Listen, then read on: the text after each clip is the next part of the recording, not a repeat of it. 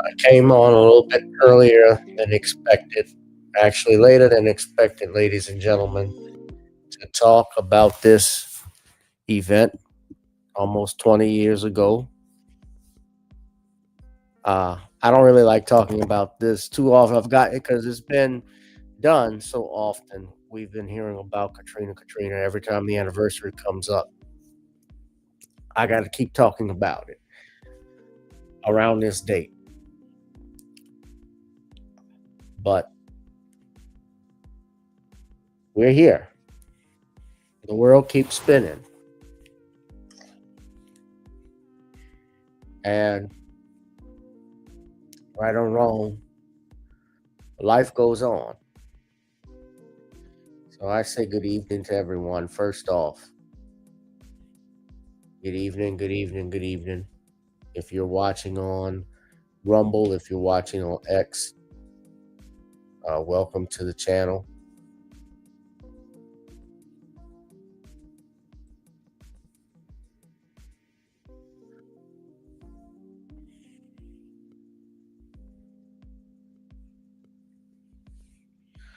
So I'm going to talk about this stupid ass storm named Katrina again and what we've been through. I am your host, the one and with the most, G Rich, aka Gvu2786. If you're watching via X, via Rumble, random topics, or ScrewTube, welcome, welcome, welcome. Welcome to this broadcast. Some of you, of course, may catch the live later. I want to talk about this tonight. Of course, there's a lot going on in the world, a lot of stuff that's been moving forward. They're even talking about, uh, of course, I'm hearing stuff about Travis Hunter having a baby with his wife, and uh, of course, Donald Trump uh, is still dominant in the news. We're hearing about stuff in Chicago with Brandon Johnson. I'm hearing things about that. Uh, Black women get fighting to get in the YMCA. Of course, I've been busy campaigning, all of this stuff. Elections coming up. That's preoccupied my time, but I wanted to talk and take this moment, I guess, to talk about Katrina and to talk about what I went through 20 years later. I've talked about this before. So I figured it'd be appropriate that I speak on this, that I speak about what happened with me and my family 20 years ago. I was a lucky one. My family and I, we had the chance to evacuate and go to Dallas, Texas, which we did that Saturday. No, that Sunday. Sorry. So actually, this date on the 28th was when we made it into Dallas, Texas, right around this time. And it took hours to get to Dallas, probably over 10 or 11 hours. And that was because, with contraflow, and that's the main thing I remember, the state's contraflow that was so bad the year prior to. You're stuck in traffic for, and I'm not kidding, in traffic that would normally take you 30 minutes to cross the Pontchartrain, to cross Pontchartrain, Lake Pontchartrain, or the Causeway Bridge, which usually take, I'm sorry, not the Causeway Bridge, or even the Bonnet Carrot. It was going to take you 3 hours because everybody was headed west. And what we did with Katrina, we headed actually north. We went on Bonnet, from what I remember, I believe we went I-55, if my memory serves me correctly. And lanes were open both way on both sides of the bridges. The lanes were only open in one direction. So instead of people coming into the city, you had to go out going straight north this way. And we ended up, of course, doing that. We went to Dallas. And I remember that was actually the night on the MTV Music Awards. My father had a pharmacy uh, right off Chef Highway. Not even 4 months old. We opened in April of 2005, and I remember my aunt coming to our house, coming to the pharmacy, It's talking about what are we gonna do for the storm? What are we gonna do? And it was a caravan, basically. My grandfather, my great auntie, my brother, my parents, of course, my aunt, all of us going to Dallas, and we were only gonna stay at the hotel for of what we expected was like 2 days at best, because it happened previously during hurricanes. The storm comes and then it stops, doesn't do anything, and that's what we expected, and sadly, I was mistaken. Now, coincidentally, I'm in Dallas, Texas, or we're in Dallas, Texas, which is the place where all the conspiracy theories started here in the United States, the granddaddy of them all, the assassination of President John F. Kennedy,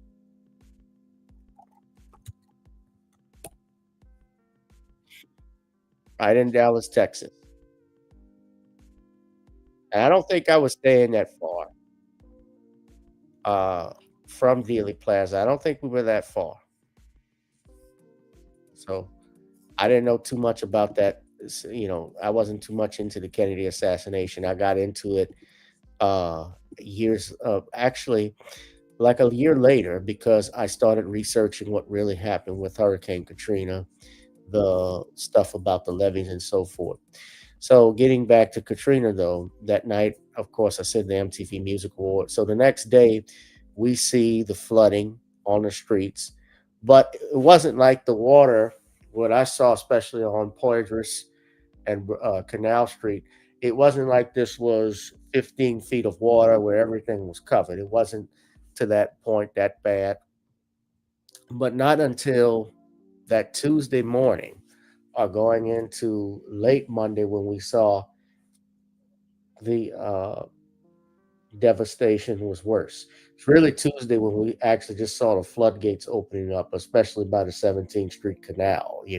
Water just pouring in and in, like you opened up. It's like you're flowing water into a bowl. Like you open up a faucet and you see, and water is just rushing in and overflowing. That's just how it was. The floodgate was literally open, and sorry, I couldn't believe what I was seeing and the stuff we were hearing, and the things that many people, blacks, the people that were left behind, who were mostly black, were experiencing. They had people that had now years later, as you know, or during that time, everybody knows I would start researching about Hurricane Katrina and the stories and interviewing several people that were there, from the late great Dick Gregory, who actually I interviewed for my book. I have to put his interview up on YouTube. I'll do that. I keep telling myself to do it, and I haven't had a chance to, but I believe I should do that soon for everybody. Dick Gregory. I interviewed Clotilde Mack, a elderly 90-something-year-old woman who was stuck in the attic of her home on Cluett Street in the night ward. I also had, she was stuck for almost 10 days. Also, talking to Mama D. There's a bunch of people I interviewed. There's a bunch in my book. And what happened, people, of course, one fat person I interviewed who saw the barge pass through the levee system. And then you had, although, Dick Gregory told me that was probably planted. Interesting enough with that barge that was there, and I think I've put, uh, they even determined in the courts that it wasn't the barge that broke.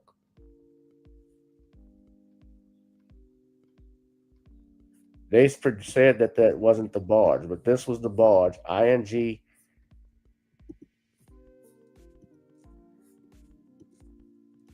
that just, and that it still sat there. And y'all know when there was another hurricane, Hurricane Gustav in 2008 that came. There was a barge parked right by the levee again. I saw this with my own eyes. It was on TV. That was in 2008.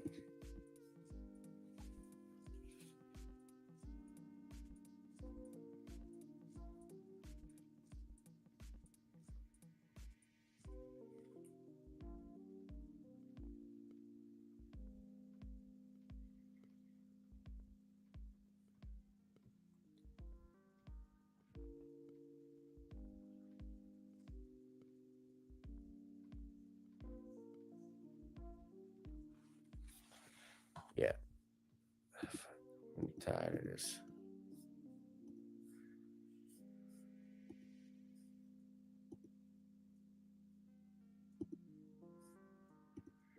So I remember that, and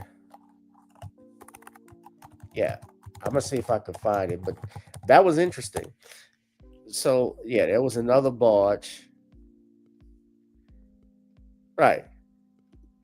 There was another barge by the Lord Line. I distinctly remember that. Is that it? Yeah, look. And Baton Rouge was the one that got hit by uh Baton Rouge was actually hit directly by Gustav.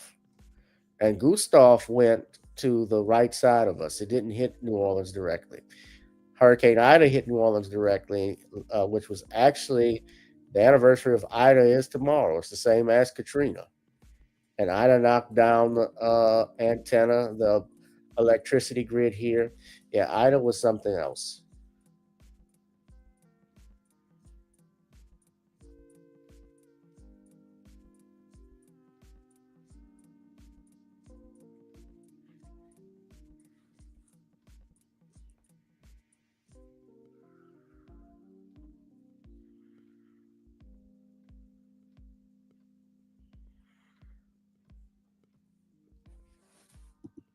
So I went from this journey, of course, from Dallas, Texas.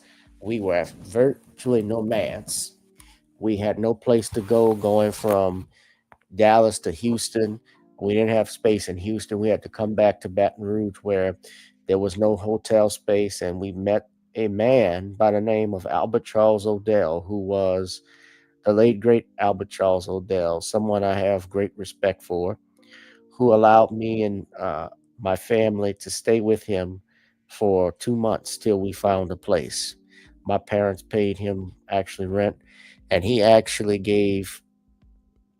took us in, went over his own family. Of course, now I just got to clarify that family actually had to actually didn't show up until later. They found some place to stay, but he took us in like he was his our family. He didn't know us from Adam. He only knew my aunt because my aunt was best friends with his wife. But he and I became very close.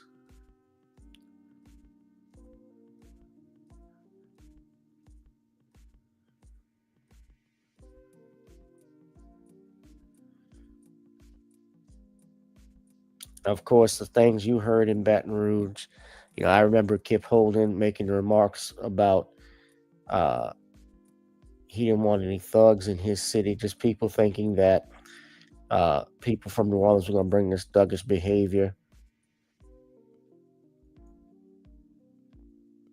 Just a bunch of things you heard. They were shooting at the River Center and all of this stuff like that. Just a bunch of bullshit. Just a bunch of bull. I had to listen to, and you heard it even in and saw it even when you would go in a grocery store. Interesting enough, in Baton Rouge, the Albertsons on College has closed down. But 20 years ago,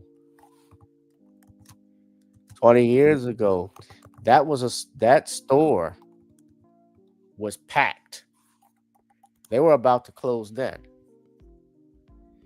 And sure enough, the population in Baton Rouge doubled because people from New Orleans, especially people that worked there, were staying there.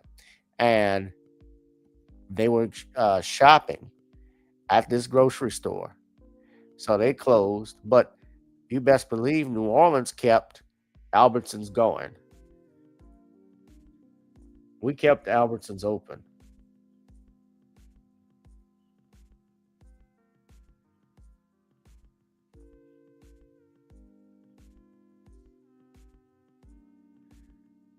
New Orleans actually a lot of Albertsons got kept going on for years now. Now they've closed down their store, you see, but we actually kept Albertsons in business.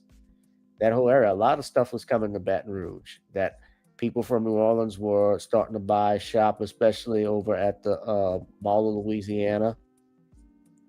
We gave them, we gave them a push. What's going on, Beauty Supply? So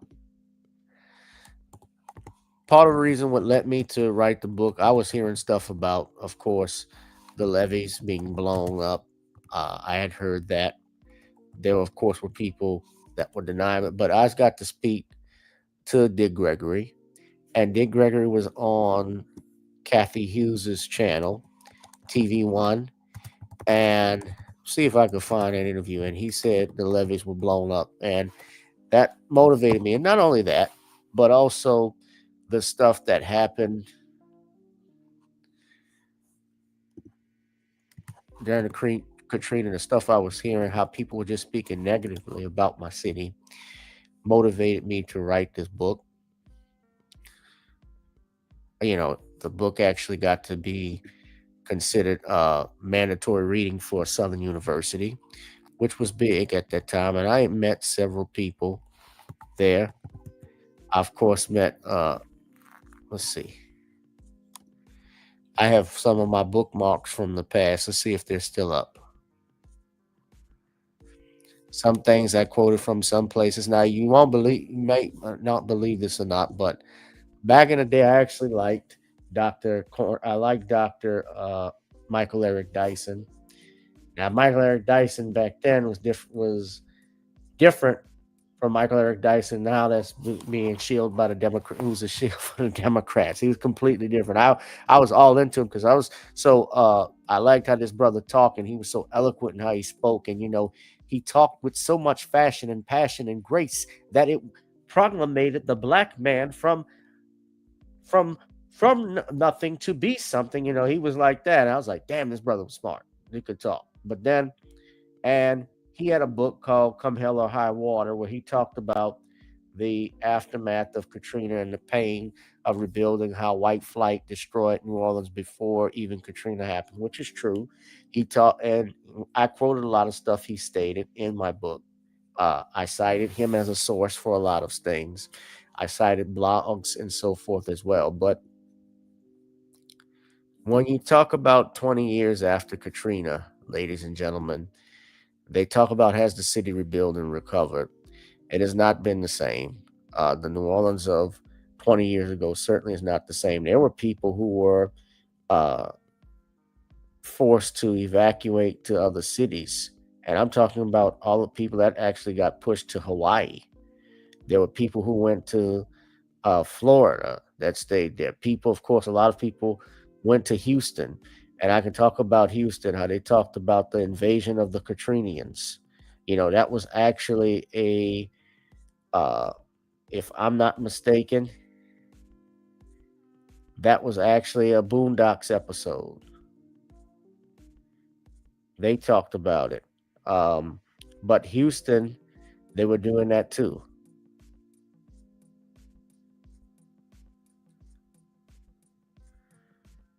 In Houston.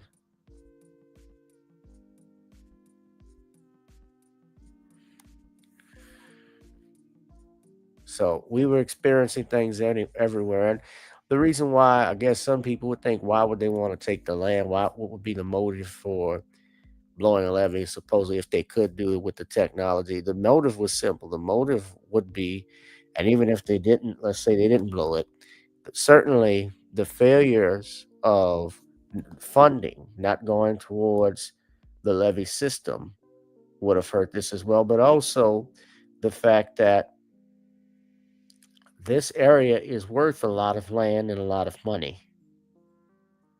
New Orleans East is worth millions to, and lower ninth ward for that matter, to the shipping industries.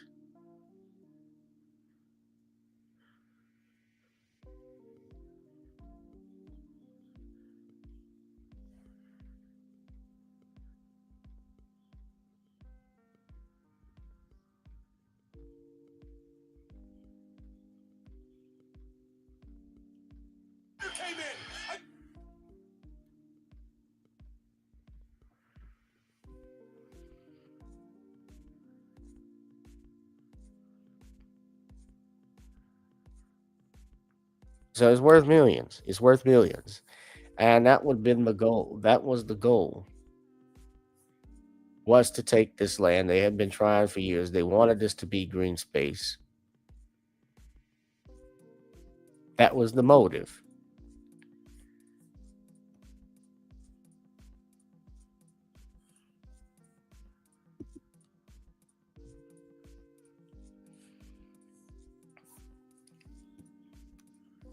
So now I look at it 20 years later. Of course, a lot of stuff that was going on. Of course, the just during that time, we saw how people were in the city of Gretna. One of the big stories about that was people not being allowed to leave their homes. The city of Gretna forcing evacuees to turn back around at gunpoint on the Crescent City Connection Bridge. You had the shooting of Henry Glover out in Algiers too, was shot by a sniper rifle.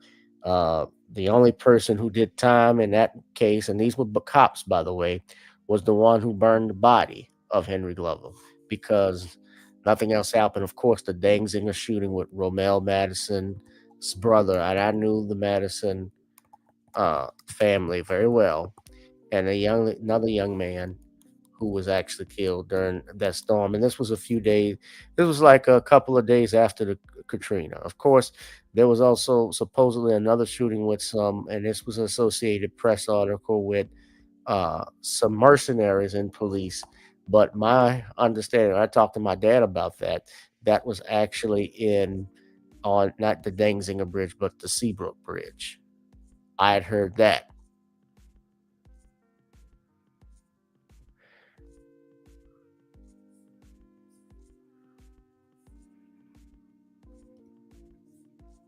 That was Ronald Madison and James Brissett that was killed on September 4th. They were shot on the Dangzinger Bridge. Henry Glover was another one.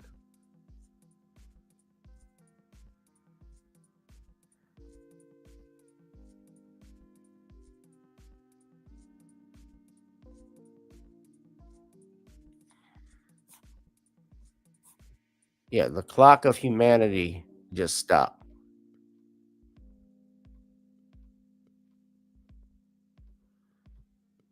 Just things changed for the worst.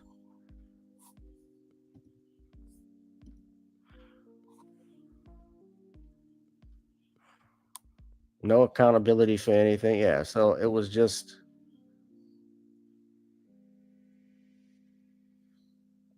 you felt the world stop, you felt humanity stop, was no longer there, was absent. You felt that you were alone if you were from New Orleans. You were a stranger in a strange land. That's how it felt.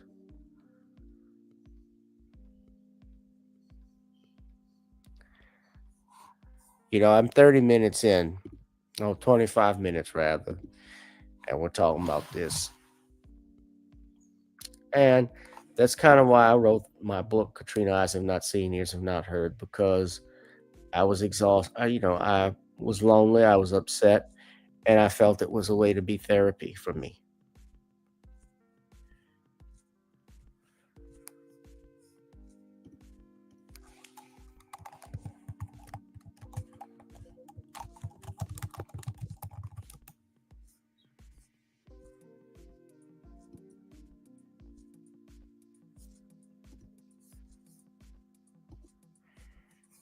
You can still go get this book on Amazon too, but I'm not here to promote that. I'll talk about that and just wanted to vent and talk. This was just talking about this 20 years later. I wasn't really talking about anything else.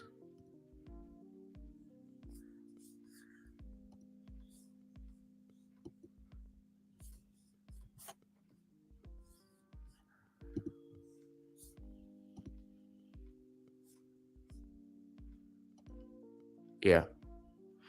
Y'all notice also there was a naval ship parked outside the Superdome. I still have my parked outside the convention center. You know, I still have all of my references and notes from when I was doing research. I was gathering all types of stuff. Right. The USS Iwo Jima. They had a medical facility ready to take people on staff, and they didn't let those people, they were under orders not to let those people in for almost 10 days. I distinctly remember that.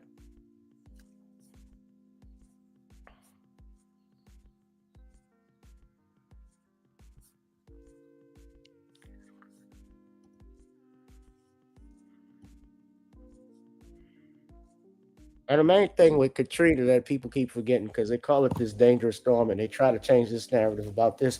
Katrina was not a Cat 5 when it landed. Katrina actually had weakened, and it didn't hit New Orleans, it hit the Gulf, which is why a lot of people suspected something happened with the levees. Katrina actually went to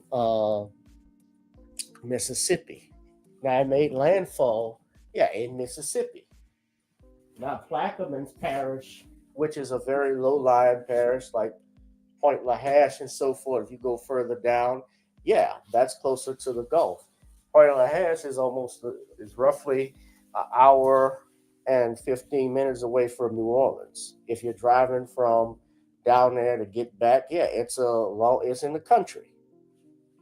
Literally, I've been to court out in Point LaHash, and that's actually a beautiful courthouse. You all would be shocked that there's nothing out there other than a few convenience stores and a few little businesses, family-owned businesses, and a school. But there's nothing out there uh, down in Point LaHash. It's across from the river, but Mississippi actually got hit harder.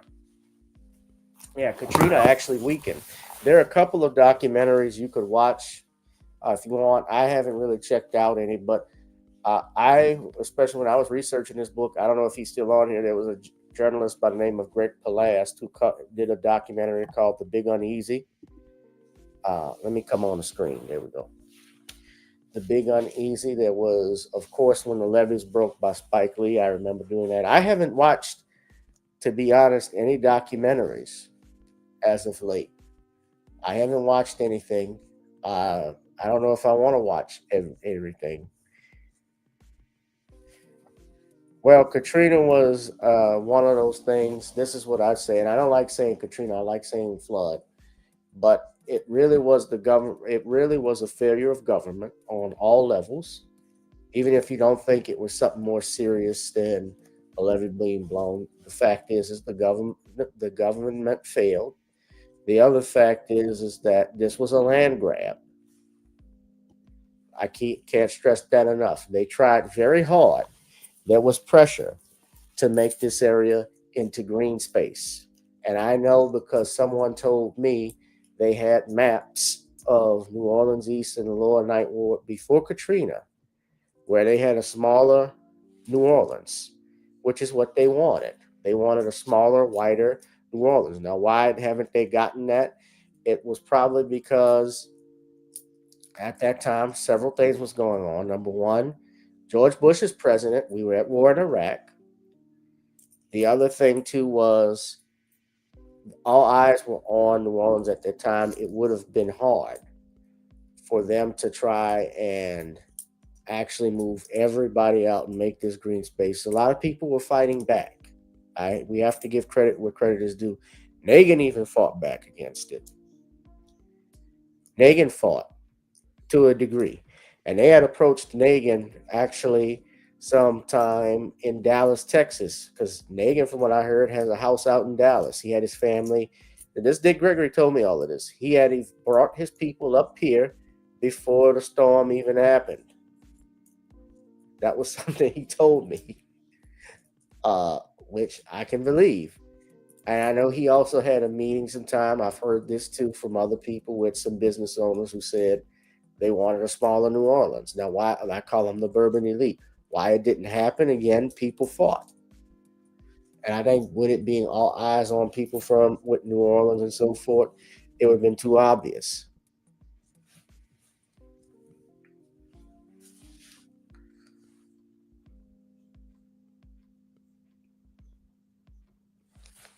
But anyway,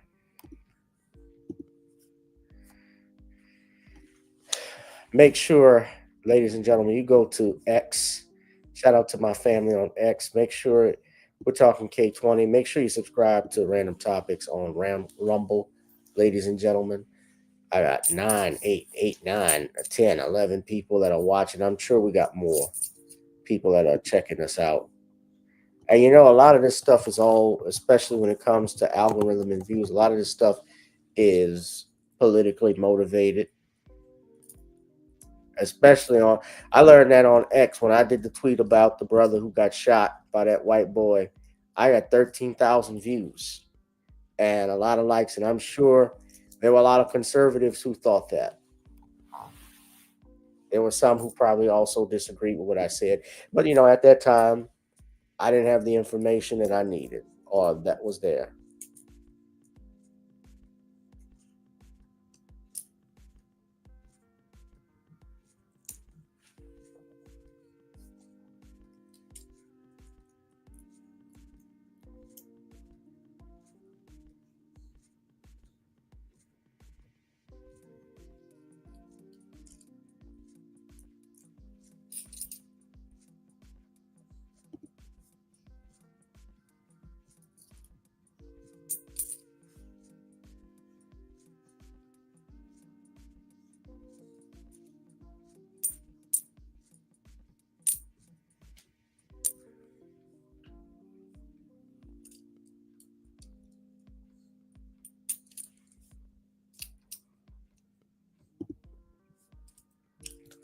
But yeah, I wanted to talk about that, ladies and gentlemen.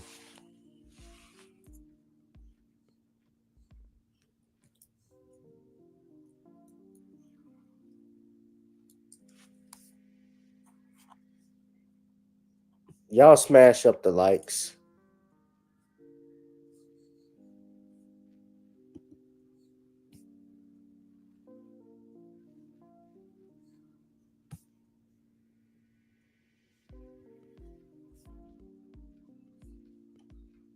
Thank y'all for tuning in on K20.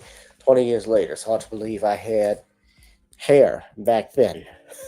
I was a young man. I was 19 years old, man. Something else. Starting that, I was a kid. Almost middle. I'm in my middle ages now, or about to approach that. So, uh, but what do y'all think, ladies and gentlemen? Y'all hit that like, share, and subscribe button. This wasn't going to be a long live stream, but I figured I had to come in. I'm not going to do a show on Sunday, but I'm glad you all are here with me. I thank y'all for tuning in. Uh, Make sure you hit that notification bell when we go live. We're talking Katrina 20 years later. I probably would the next time if I had to. I would like to do a live stream with somebody like, if I do any, like a Tariq Nasheed or someone like Queen Amadaya Shakur. Probably reach out to her to talk about this because I know I know King Flex knows a lot about the stuff that's going on. So I'm gonna get up out of here, y'all. This wasn't gonna be a long live stream, but y'all be safe and blessed. This was therapy for me to come on. I didn't really want to do this talking about Katrina over and over again, but I got started, and I know that's really the top news everybody wants to talk about.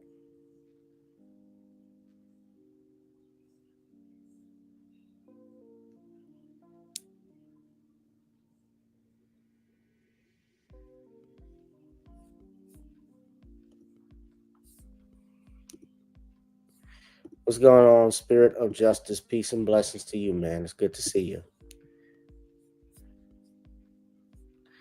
Yeah, but I'm definitely gonna be taking some time away unless it's like emergencies or stuff. But like I said, y'all can catch me on X and Rumble.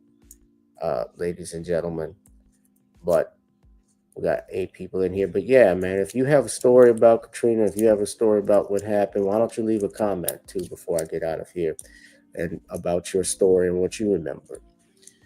But I'm gonna wrap this thing up. I got some other stuff I gotta do, family. But you all be safe and be blessed. It's been a pleasure as always. All right. I'll holla. Peace. Whoever you are, wherever you are, hope you are blessed and doing safe. Ladies and gentlemen, greetings, family.